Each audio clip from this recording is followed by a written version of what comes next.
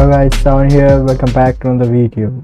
So in this video we are going to walk through use effect hook in React.js. As in the last video we learned about use state hook in class-based components. Whenever we used the component did mount, so whenever any certain props or state is getting changed, we want to render the certain component. At that time we will be using this use effect hook. Okay, so we'll be understanding it with the help of code, so don't worry. So here I have created a file named effecthook.js and I have imported it inside the index.js file, and my project is up and running right now. So let's create some buttons here. First of all, let's say home. Here will be set button, about us. Let's just copy it here. Let's contact us, and let's just save it and refresh the page. So as you can see here, we are displaying 3 buttons here, and whenever this we'll declare a state here with the help of use state. So use state, first of all let's import it.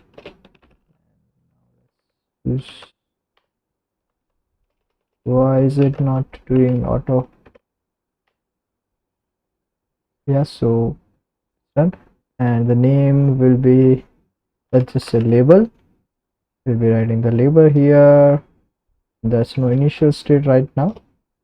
So here I have created 3 buttons: home, contact us, and about us. So whenever this button is getting clicked, I want to change the state of state. So first of all let's declare that state here, and let's say use state, and here I'll be naming it as label. Okay, and let's say I want to set the label. Whenever this button is getting clicked, I want to set the value of set label to home. Whenever home is getting clicked, I'll set the value to home. Okay, and here copy this, paste it here, copy this and paste it here. It's good. And effect hook initial state is not defined. Oh sorry, my bad, forgot to remove this. Let's save it.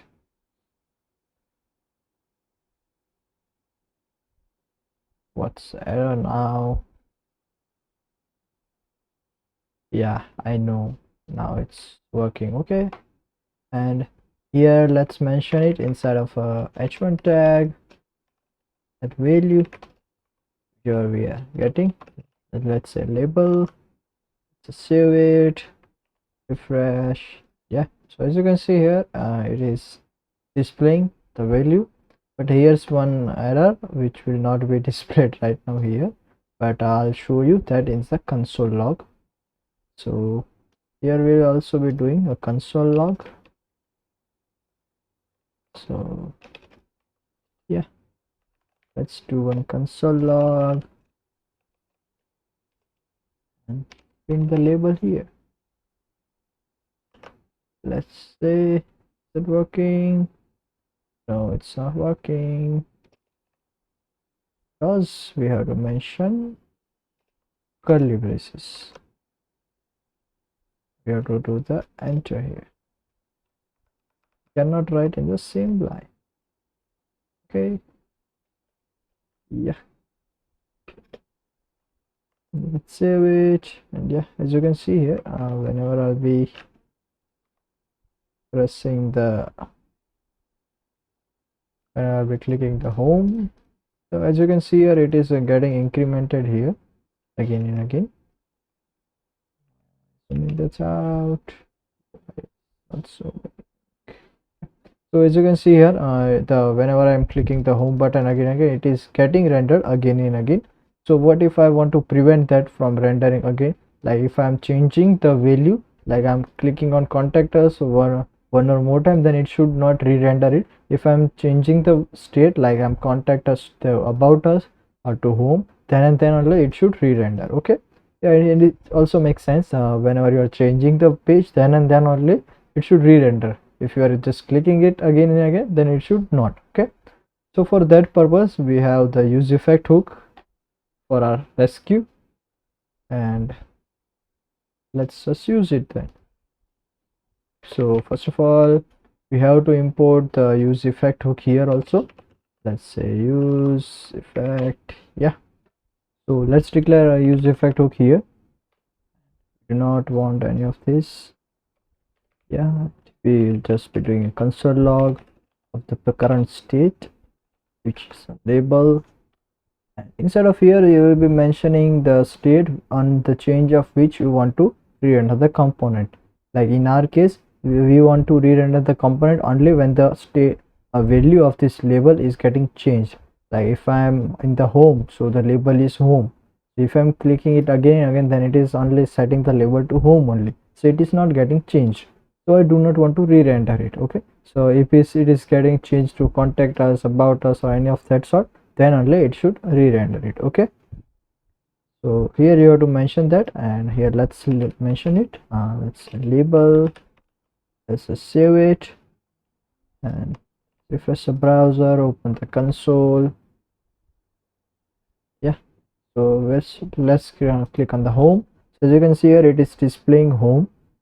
Now let's click on contact us, about us. Yeah, so it is displaying when the state is getting changed. But what if I am in the contact us right now and I'm clicking it again and again and again? As you can see here, I'm clicking, but here in the console it is not getting printed again and again, so the state is not getting changed.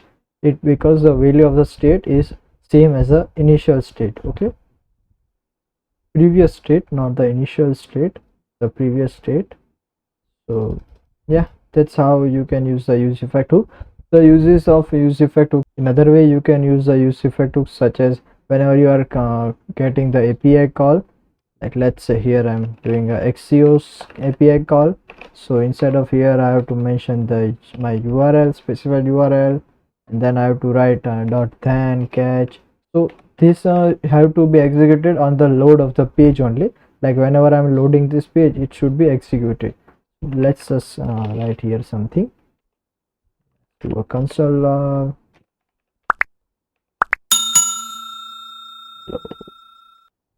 And let's remove this. So if you are not mentioning this any criteria here, then it will only be executed once when your page is getting loaded. Okay, so let's save it, let's refresh. As you can see here, it is doing the console log hello whenever the web page is getting loaded for the first time. Okay, if I'm changing this value, then it will not execute again and again. So whenever you are doing a API call, like let's say get API call, I am getting the data from the server, then I will be executing it only when the page loads. So I get all the data and I'll display it inside the page. Okay, so it's as simple as that. So at that moment you do not have to specify anything here. Like let's say I am getting some data, axios.get, and inside of here I'm specifying a URL which is giving me data of, let's say, some student's name and enrollment number. And here then you have to, inside of then block you will get a response, inside of which you will get all of your data, and then you will get access to a catch block. Don't worry, I am getting in too deep inside of this. We'll go to the API call in some next videos. Yeah, I'll be covering the API calls in React.js and everything in the later videos, so don't worry about that. But I was just giving a use case of this use effect hook. So yeah, it will be useful much in the API calls, because whenever you are initially loading the page, you will be calling the API. You can also specify, like if you are having a e-commerce website, so you want to update your cart value whenever the product like here, let's say you have mentioned here the state of product. So whenever the product is getting changed, like first of all I have just added one mobile phone to my cart, and then I'm adding one laptop, so the product list will be changed. Okay, so I want to do the API call again and want to re-render the page when the value of that state changes. Okay, so in that case also it is useful. So yeah, there are many use cases for this. We'll be going through API call and all of that things. So it's till right now we have just covered all the basics and fundamentals of React.js. further videos we'll be going through the HTTP GET request and all of that, and we'll also be, if I get a nice response, I'll be also creating one project on React with the CRUD APIs like get, post, put and delete, and all the CSS and all. Yeah, let me mention one more thing here. Like if you want to mention any class inside in the normal HTML, you are doing like class is equals to, and then you are mentioning the CSS class here. But there's a slight change in React. You have to mention like class name, because the class keyword is already used in some other places in React. So you have to mention it like this, class name. You do not have to write just a class, you have to write class name. Okay, so yeah, there's a slight changes in the JSX format from the HTML, but it's not something major which you can't learn. So yeah, it's just that.